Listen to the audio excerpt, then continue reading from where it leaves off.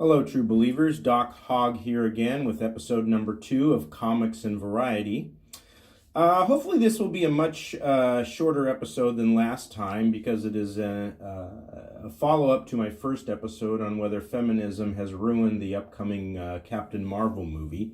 The link to that episode is in the description below, so check that out if you can.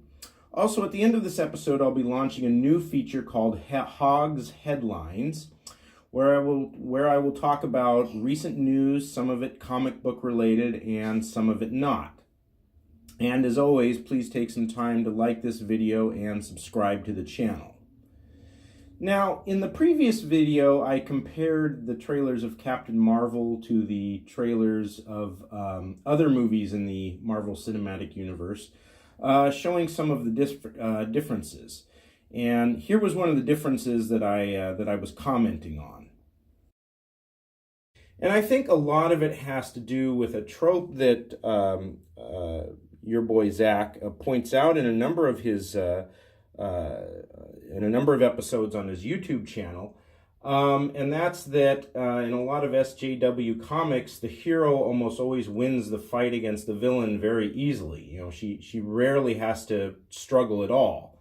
And that's kind of what's coming across in the trailers for the Captain Marvel movie. And I think that's very different, you know, when you compare the trailers of Captain Marvel to the trailers in most of the other MCU movies.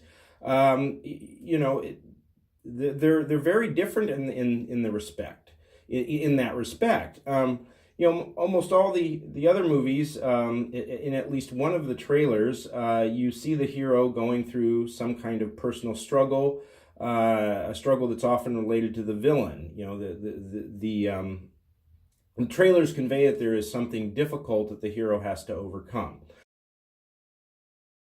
Well, I saw something since I posted that, which strongly suggests that Captain Marvel will be, if not an all-powerful, you know, superhero that doesn't really face any serious struggles, then one that's pretty darn close to it. Here is the full-time SJW and sometime actress herself, Brie Larson.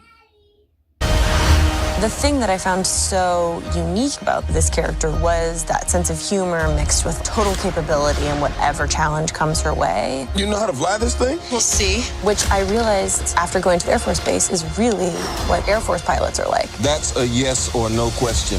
Yes.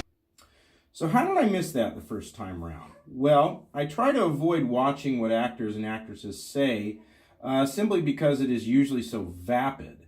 So seeing Brie Larson speak was not high on my priority list. But back to the main point here, what Brie Larson said about, quote, total capability in whatever challenge comes her way, end quote. Does that sound like Captain Marvel is going to face any challenge where she is really in danger or that she might lose? And if not, then what is there that's going to be very interesting in this movie? You know, to realize how bad that could be, you know, to have a superhero, you know, face every challenge and there is almost no doubt she will overcome that challenge. I want you to recall the final battle if you will, the final battle in the very first Iron Man movie.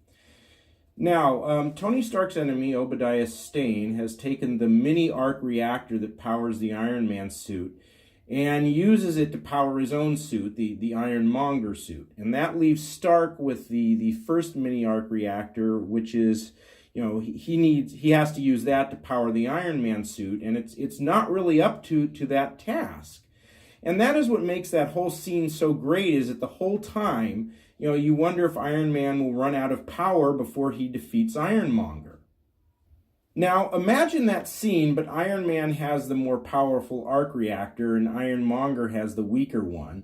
Or even imagine that both have equally powerful arc reactors. Then that whole scene falls apart. You know, you won't need Pepper Potts overloading the big arc reactor to defeat Ironmonger, an act which, you know, ends up putting Tony Stark's life in danger. You know, that scene just wouldn't work. But the way they put it together in the first Iron Man movie, it does work. And that is what both the trailers for the Captain Marvel movie and what Brie Larson said are, in effect, telling us that there won't be any such scenes in this film. And let me reiterate that that is not consistent with the Captain Marvel in the comics. You know, one more time from this anthology here. You know, again, here's Captain Marvel in a fight, you know, he actually in this fight kind of wins it pretty easily. But then, oops, we learn in this one panel that, you know, he's worried that the fight was a bit tougher than he expected because he's found out that he's lost about half of his power. You know, which sets up the rest of the story. Now, will Brie Larson lose half her power in the movie? You know, don't hold your breath. Okay, on to my new feature, Hogg's Headlines. This is news about comics, news about other things, news that I, Doc Hogg, feel like reporting on.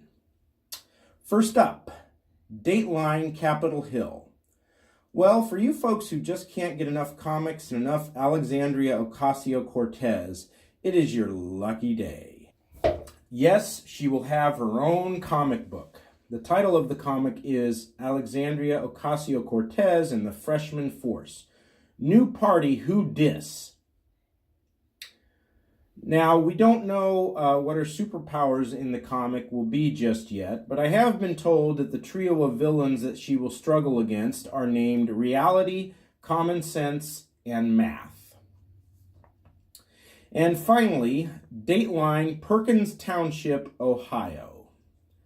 A small business owner has gotten into some trouble for opening a salon called Hand Jobs, Nails, and Spa.